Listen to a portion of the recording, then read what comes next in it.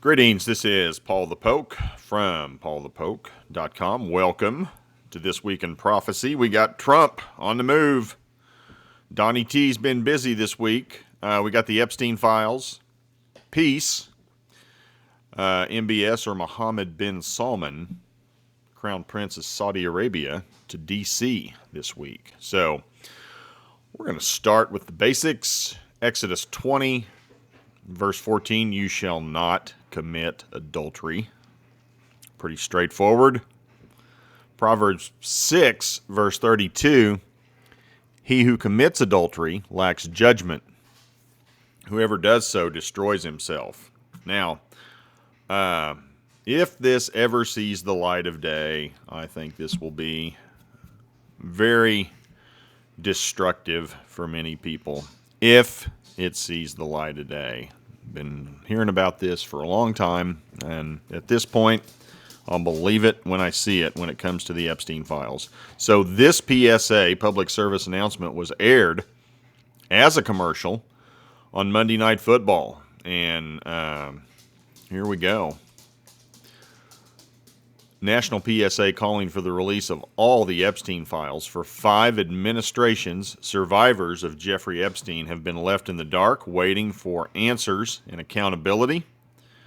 After 3 decades, it's finally time to bring the secrets out of the shadows. We are demanding the release of all the Epstein files, and these are victims of Jeffrey Epstein, and these are trafficked women. They were young girls at the time, teenagers. Highly recommend this video. It's about 1:18. I have no sound on, but you guys can turn the sound on. Looks like it's being over pretty good right now.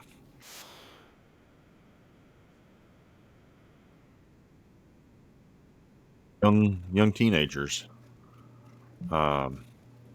I was pretty stunned this actually made this on Monday Night Football, or just frankly, not just Monday Night Football, but just on TV as a commercial. And some of these ladies are coming forward.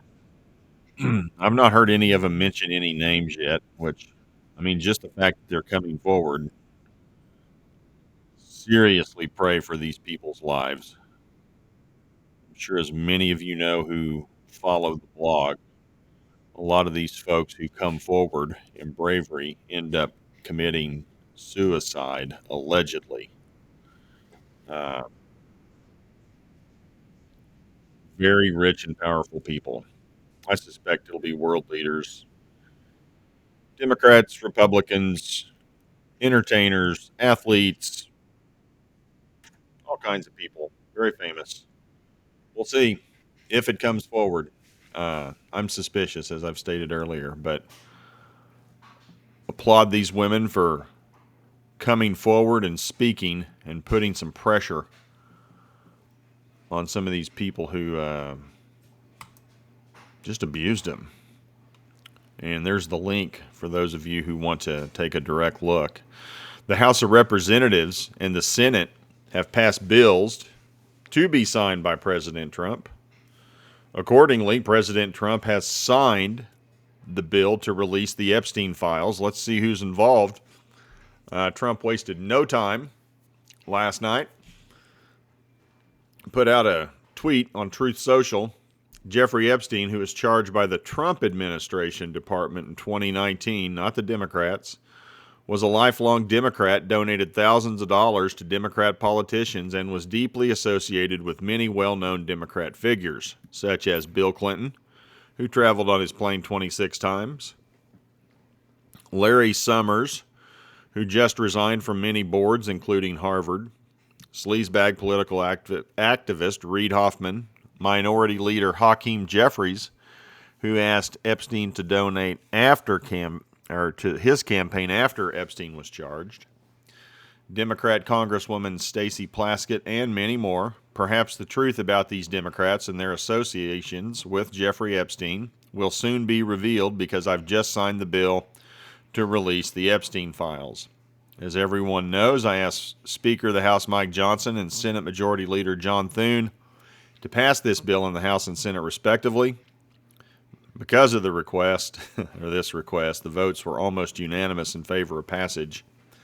In my direction, the Department of Justice has already turned over close to 50,000 pages of documents to Congress.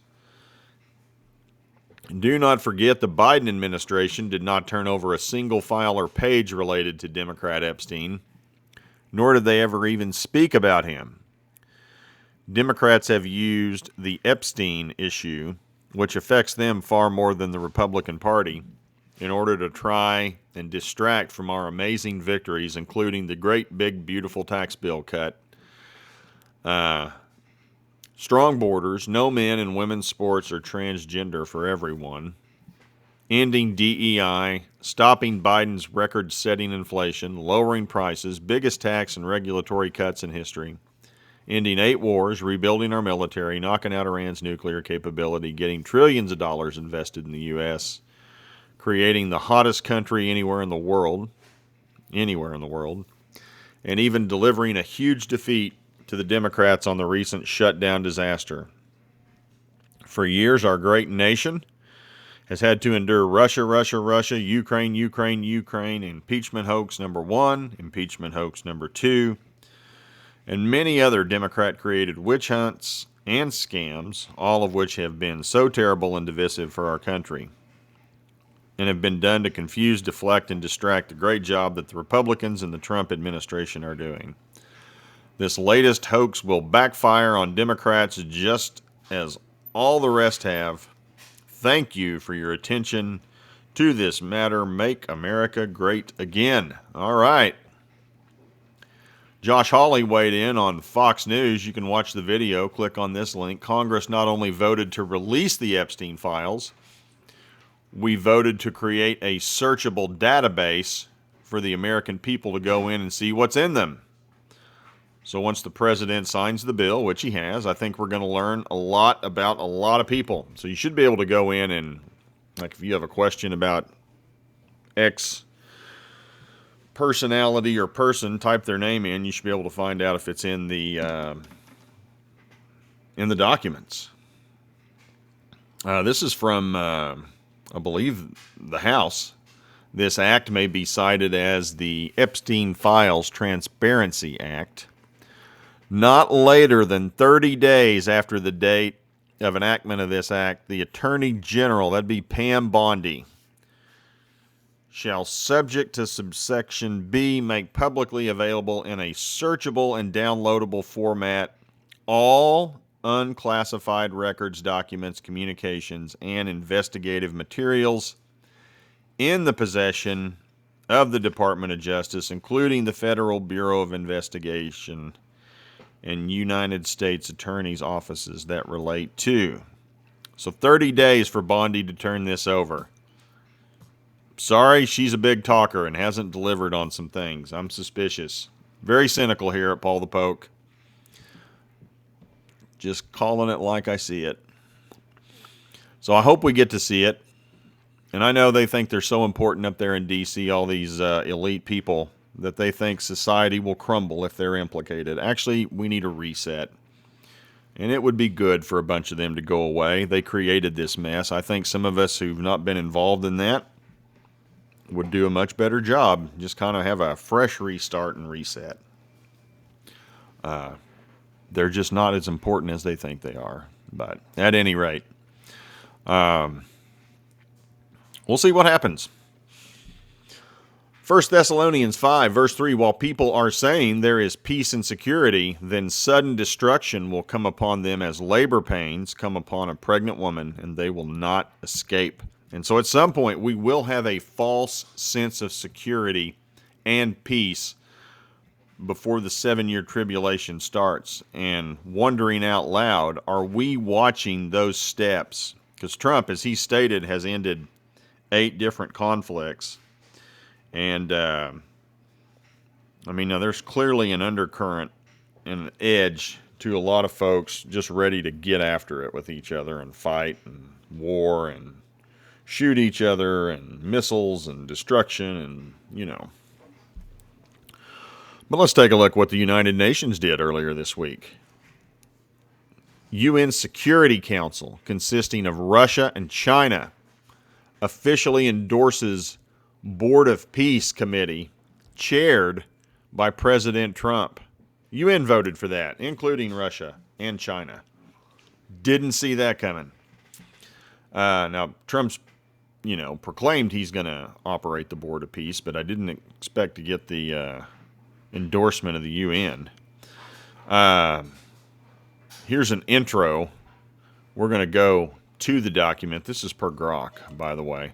President Trump and the Board of Peace is a key element of President Trump's 20-point Gaza peace plan, unveiled in September 2025 as part of efforts to end the ongoing Gaza war and stabilize the region. Trump has positioned himself as the chair of this international transitional body, which aims to oversee governance, reconstruction, and security in Gaza during a handover period to reform Palestinian authorities. And I wonder if they're literally thinking that it's going to be the PA, because the PA used to be in charge, the Palestinian Authority. But they were voted out. I believe it was W. Bush thought, hey, let's give these people a chance to vote. And they voted for Hamas and kicked out the PA, and a lot of them went to the West Bank. And then we had the Hamas terrorist organization in charge at the Gaza Strip. So the plan builds on U.S. brokered ceasefires and has garnered significant international support, including a landmark UN Security Council resolution passed on November 17, 2025. So that was 3 days ago.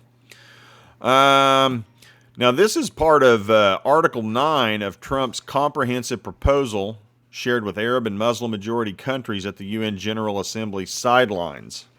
It envisions a technocratic, apolitical, of course, they're all apolitical, just doing it for the good of the people, committee of qualified Palestinians and international experts handling day-to-day Gaza operations under the board's oversight. The body is tasked with coordinating humanitarian aid, economic recovery, and redevelopment funding until the PA, Palestinian Authority, completes reforms outlined in prior proposals. Now, my question is, how many people are going to be a part of this peace plan, this Board of Peace?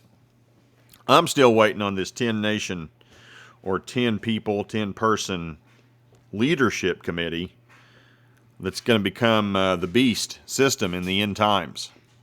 That's what I'm waiting on. I can't believe we haven't seen it. And so when that happens, we will cover that in depth from Daniel's statue, 10 toes, iron and clay, the 10 horns in Revelation.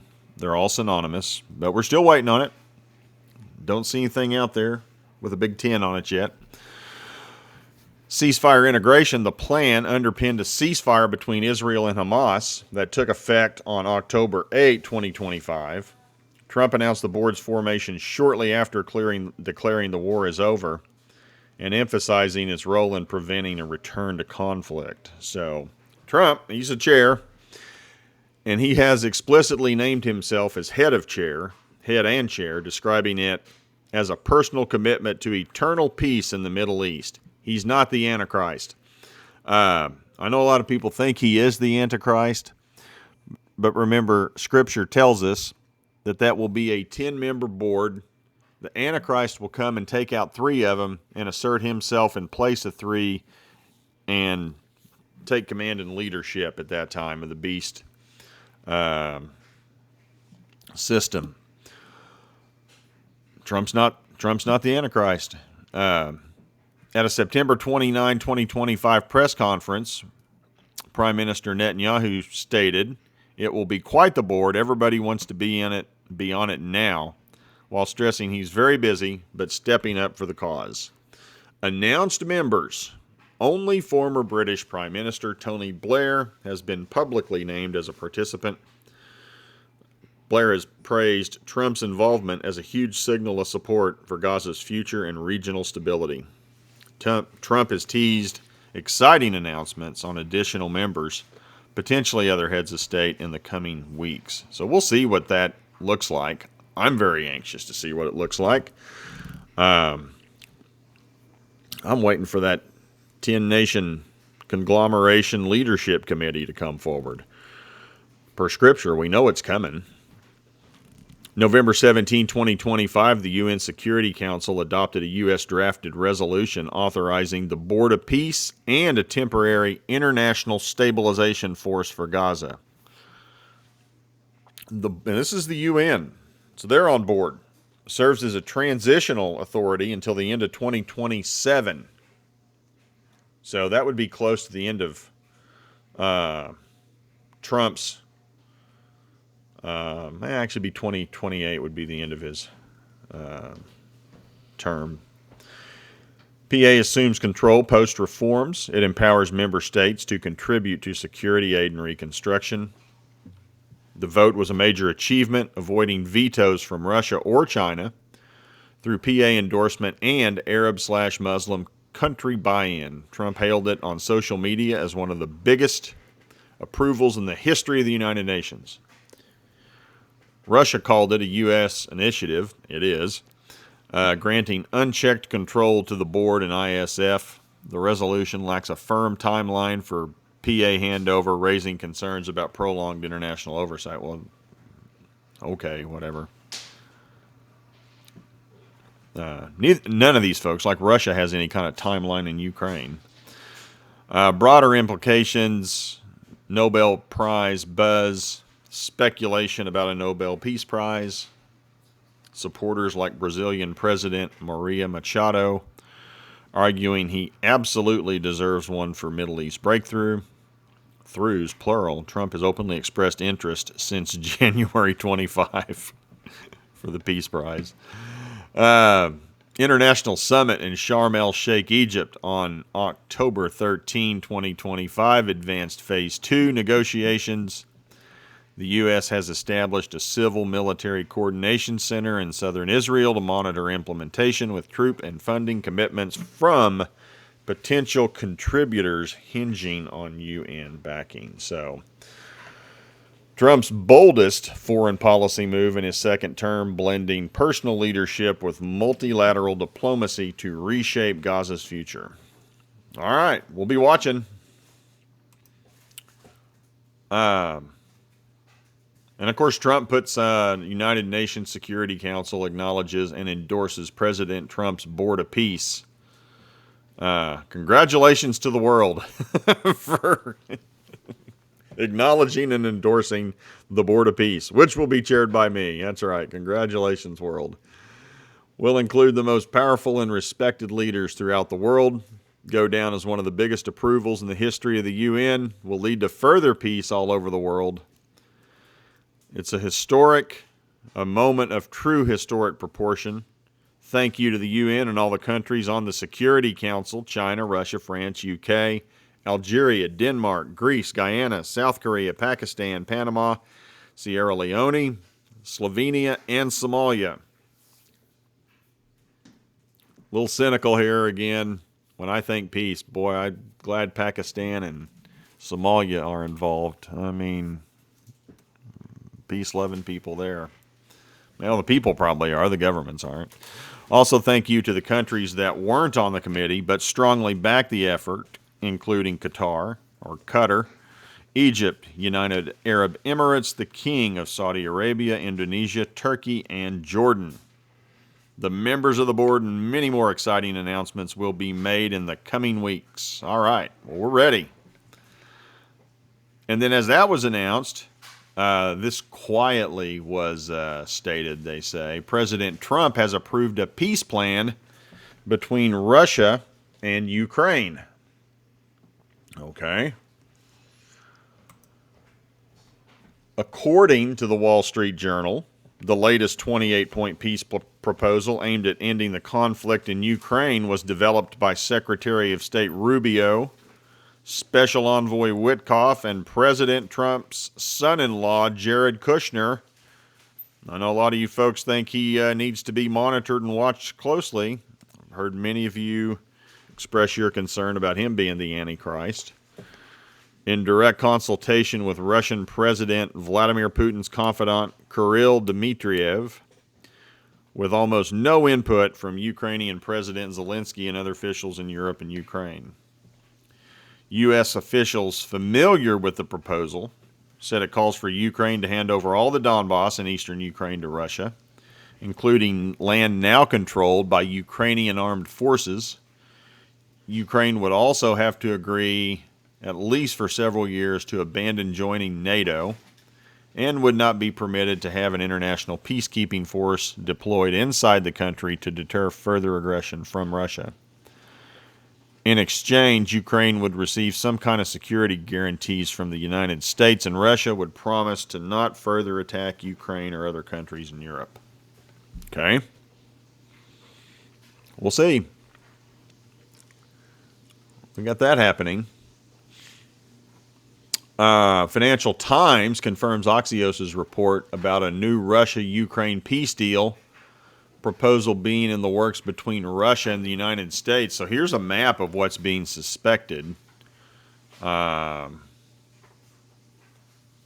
on Ukraine, cut its army in half, give up certain weapons, hand over the rest of the Donetsk region held by Ukraine now. So this area with the little lines through it in the red, controlled by Russian separatists since 2014, annexed by Russia in 2014. That would have been under Obama. And then these areas in red is what would be acquired under this peace plan by Russia. And that's the Sea of Azov, the Black Sea. So they would pretty much control the bulk of the Sea of Azov and the northern part of the Black Sea, leaving Ukraine with just a little bit of port action off the Black Sea. So Ezekiel 38:39, Sheba and Dedan, or modern-day Saudi Arabia. So Mohammed bin Salman paid a visit to the White House earlier in the week. He talked Middle East and the Abraham Accords. You can catch this. We're going to click on this. We want to be a part of the Abraham Accord to secure a clear path to a two-state solution. But we also want to be sure path of two-state solution. Healthy discussion with Mr. Trump. We're working on that to be sure we prepare the right situation. I think Trump's talking about it. Anyway, you can click on this if you want to hear the audio of it. It's about 45 seconds. So he shows up in town. He's ready to talk Abraham Accords. Trump really wants the Saudis on board with the Abraham Accords. I think he kind of sees them as the centerpiece of the Abraham Accords. So we'll see. Also, $1 trillion of Saudi investment into the United States. Treasury Secretary Bessent showed that sources of American power, military might, world-leading economy, and our unmatched innovation, the U.S. under Trump's leadership is the premier destination for investment and partnership across the globe. You can listen to that video or watch that video. And we'll go up with this. These are the details. Trump hosts Saudi Crown Prince secures nearly $1 trillion in U.S. investments. Black tie dinner with U.S. tech leaders like Elon Musk, Tim Cook, Jensen Huang, followed by a forum where Trump highlighted $270 billion in new deals. Key agreements included civil nuclear cooperation, critical minerals frameworks, AI access, designation of Saudi Arabia as a major non-NATO ally, sales of F-35 jets and tanks to the Saudis. Trump touted record U.S. job numbers, defended H-1B visas, criticized Fed rates. He wants them lower. He says he wants them down to 1%. We're going to talk about that later in the week. I've got some other stuff on economics and what Trump wants, and it lines right up with Scripture and hyperinflation. And also what the world's doing. Money supply is about to start expanding from the United States, effective here in about 10 days. World's already printing money. The United States will stop restricting money policy and will begin expanding again, selling more bonds, etc. Bernie Sanders decries human rights issues, including Yemen, Khashoggi's murders, and executions. Very critical of the Saudis' human rights. Now, this is fascinating. President Trump demonstrates some cultural awareness in the clip below. And so to give you a little bit of background, in Islam, the left hand is traditionally considered unclean because it is used for hygiene purposes, such as personal hygiene and cleaning after using the toilet. So they wipe their bottom with their left hand. And I shared this with some people, and they started asking me, well, do they use toilet paper? I don't know, but I do know they use their left hand. As a result, it is considered improper and prohibited to eat, drink, or give and receive items with the left hand. Instead, the right hand should be used for these activities. Now, yours truly, back in the day when he was in his early 20s, spent some time over in Indonesia. And I made this cultural faux pas. I broke a couple of social norms when I was over there, right off the bat in the morning. And we were at a little fair and seeing some vendors, and I had negotiated a price. The guy, I don't know if he didn't like the fact that I negotiated that much with him. But at any rate, the first sale of the day is considered sacred and an omen and good fortune to let's get this going so we can get on with business. Well, I didn't have any clue what I was doing, so I took my wallet and I took the money out of the wallet with my left hand and handed the money, the bill, to said vendor. He snatched it out of my hand, gave me the glare. My cousin was laughing at me. He told me what I did. I didn't know. So anyhow, I'm familiar with this custom, how they see it. President Trump in the Oval Office with Saudi Crown Prince Mohammed bin Salman. Trump doesn't give a fist bump. I grab that hand. I don't give a hell where the hand's been. And he grabs the left hand. He goes, remember Biden? He travels for 20 hours. He gets out and he gives a fist bump. That was also during COVID. But watch Trump. Trump just doesn't care. And then he grabs the left hand. I think he's going to grab it again, too, if I remember correctly. Yep, there he goes. Get it again. Doesn't care where the hell it's been. And he's got MBS cracking up, which it was pretty funny if you listen to this. Only President Trump. So, at the request of the Saudi Crown Prince, Trump has injected himself into the peace process in Sudan.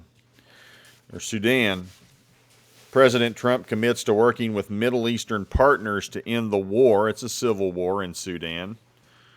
Tremendous atrocities are taking place in Sudan. It's become the most violent place on earth and likewise the single biggest humanitarian crisis. Food doctors and everything else are desperately needed. Arab leaders from all over the world, in particular the highly respected Crown Prince of Saudi Arabia, who has just left the United States, have asked me to use the power and influence of the presidency to bring an immediate halt to what's taking place in Sudan. It's considered a great civilization and culture, unfortunately gone bad, but one that can be fixed with the cooperation and coordination of countries, including those in the region, with tremendous wealth who want this to happen. We will work with Saudi Arabia, the United Arab Emirates, Egypt, and other Middle Eastern partners to get the atrocities to end, while at the same time stabilizing Sudan. Thank you for your attention to this matter. God bless the world. So he's going to get involved there as well. And again, and that's a civil war. I don't know if we touched on this previously, but a bunch of these Islamic rebels, or whatever we want to call them, went into a hospital and just killed a bunch of people. Patients, workers, into a maternity ward. shot moms and babies. I mean, not nice people. Not nice people. But Trump's had a busy week. Just thought I'd share. Got some other stuff coming up later this week. We've had a busy week. Most of this took place in the last couple of days. Little tease to look ahead. Economic considerations. We got a water crisis in Iran. A lot of stuff. Lots of stuff. Appreciate you guys paying attention, following along, sharing, commenting. Please feel free to share with others. Also, I will be continuing to drop a video and the post, well, the video separate of just the typical post on Facebook. They are encouraging me and wanting me to do that. I think they see that enough people are following now that they can stand to make a few dollars off my content, is what I think it is. I've been in and out of trouble with them, but I can tell you this, any monies that are generated from this, I think the last video made $2.10. So that money will go back into software. I need to do a system upgrade. My computer's 10 years old. That's what those monies will go toward. Software, security, operating system. Just put it back into the website. So appreciate everybody who follows. Appreciate everybody who shares. Appreciate the thoughtful, respectful comments. Really appreciate that. Everybody's welcome to their opinion. We just don't need to make it personal toward others. So y'all have a good one. Take it easy. Bye.